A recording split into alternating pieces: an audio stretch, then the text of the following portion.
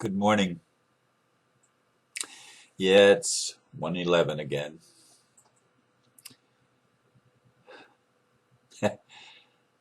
More than one thing I could talk about, but I intended and I'm going to follow through with my intention of talking about my heart. The title is My Rebuilt Heart is 10 Years Old. Yesterday I received a gift in the mail from my friend Kelly, who lives in southern Alberta, Canada. It's a handmade beaded necklace with a heart. How appropriate. It was on this very date in 2002 that I went into the operating room and had my chest cut open. Dr. Malias and Dr. Green performed their first ever Ross procedure, an open heart valve replacement surgery. They cut out both main valves, the aortic and pulmonary. My aortic valve was hardening, so they replaced it with my own pulmonary valve. Then they sewed a human donor valve in the pulmonary position. This was a little over 6 months after I had died the previous April. I will talk about this today, the 10th anniversary of my heart surgery. Instead of politics or spiritual things, I'll talk about myself. It was April 2002 that my boss, Margie, yes, she's the one that does the workshops, left for a 3-week vacation, and she didn't want to be bothered except for an emergency, leaving me in charge of the small business that she owned and I was the general manager of. It was a Thursday, payday. It was the day that I did the shopping for the business, shopping in 2 different stores, Walmart and BJ's Wholesale Club. It was early afternoon. I did my shopping in Walmart, stopped and got gas, and then proceeded on to BJ's. When I got to the cash register, I realized I had left my wallet laying on the seat of my car. So I said, please wait a minute, I'll be right back. And I made a mad dash outside of the store to my car, got my wallet, was running back into the store when, I got really oozy. And I don't remember anything after that. I just remember getting really lightheaded or whatever you would call it. And then I woke up and I'm laying on the floor, flat on my back, and all these people are around me. 2 paramedics, a doctor, a couple nurses, and a whole bunch of other people. And they asked me my name and if I knew what day it was and where I was, and I answered all of the questions correctly. And an ambulance arrived and they were ready to take me to the hospital because I had just died.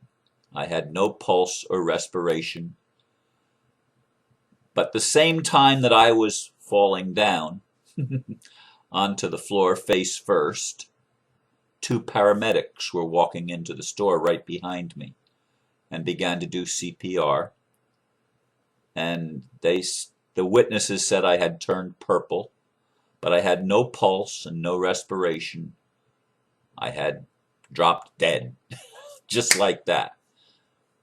April 2002. Well, they were ready to take me to the hospital and see what was wrong. And I said, you don't understand. I am the manager of a small business and I need to go back to work. Today's payday and I'm the only one that can sign the checks and get the checks out. There's nobody else. The owner and I are the only 2 signatures. that are permitted on the checks. And Margie told me, don't bother me. So anyway, I had to sign some release papers and I went back to work. My fiance at the time, Miss Donna, beautiful woman, who was a nurse, a registered nurse, working 20 years or more in the coronary care unit of Holmes Regional Medical Center.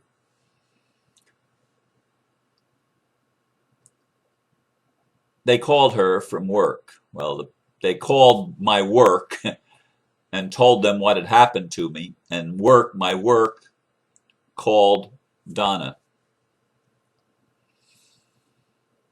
And Donna left work and came. I got the checks out, and Donna came and got me and took me to the hospital. And they ran a bunch of tests on me, and I ended up spending the night there. And they told me that my aortic valve, which normally opens up about 2.5 centimeters or an inch, was only 4 millimeters open. 4 millimeters. That's all the opening that they were getting on the test. I forget what test it was.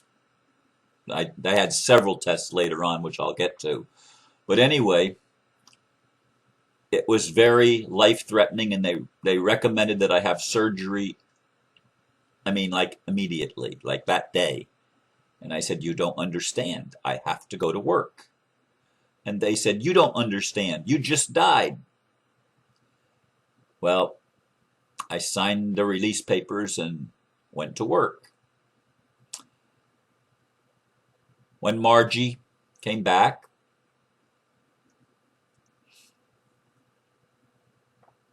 I took some time off and I had some more medical tests done. Well, this time, I think that was when they did the echocardiogram,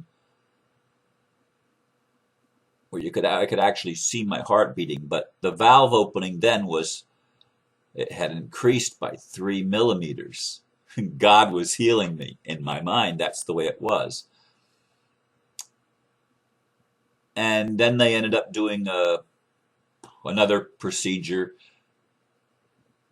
in that period of time. I don't remember the days now, how many days it was and whatnot. But the next test, it was 1 centimeter, the opening. So I thought, it's opening more, it's doing better, it's being healed. And I had no intention of having surgery, none. God was going to heal me. I don't do medicine. I don't believe in the allopathic model of medicine. I don't believe in it. It's good for setting broken bones and stuff like that, but it's not my cup of tea. I don't trust the pharmaceutical industry, and I don't think doctors have all been trained all that well, although I must admit, I'm still alive. I ended up getting the surgery this way. In September, I think it was, I had another spell where I might have died. And this time it was in my house, and I remember coming in and feeling that dizzy feeling again. I was carrying my clothes back from the laundromat. I had to go up the stairs, and I remember thinking, I gotta sit down. I laid the clothes over the back of the sofa and was going to sit down at my desk in my chair. And the next thing I know, I woke up and I'm laying on the floor, not very far from the sofa. I only made it maybe a couple of steps. And maybe it was angels this time, but it wasn't my time to go. And I made the mistake of telling my daughter. And I says, please don't tell Donna. Please don't tell Donna. Well, she told Donna. And the two of them ganged up on me and said, you will have an operation. So I began to do research to determine what kind of operation I wanted to have. I chose not to do the mechanical heart valve because I would have to be on Coumadin the rest of my life, and there's no way I'm going to take rat poison for the rest of my life. And the other option was either a pig or a cow valve, and those usually last 7 or 8 years, 10 if you're absolutely lucky. But you'll have to have surgery again, and you'll also have to take medicine to keep from rejecting non-human tissue. But there was another procedure called the Ross procedure that you didn't have to take medicine, and you didn't have to go back and have the surgery. In fact, there's people that have lived over 20 years since they've had that, and they're still alive. Anyway, that's the one that I selected. I didn't know that the surgeons had never done that operation before. Never. They did, don't get me wrong, they did valve replacement surgeries, but they never did the Ross procedure. I didn't know that till a month or two after the operation. But anyway, I had the Ross procedure and obviously survived it. I told the cardiologist, I will take your damn medicine for 2 months, but after that, forget it. Well, my fiancée, Donna, she said, well, you can't just quit cold turkey. So I weaned myself off in 2 weeks or whatever it was. And my cardiologist fired me because I wouldn't follow his directions. But I ran into the surgeons, both of them at different times, in the months that followed, and actually a couple 3 years after the surgery.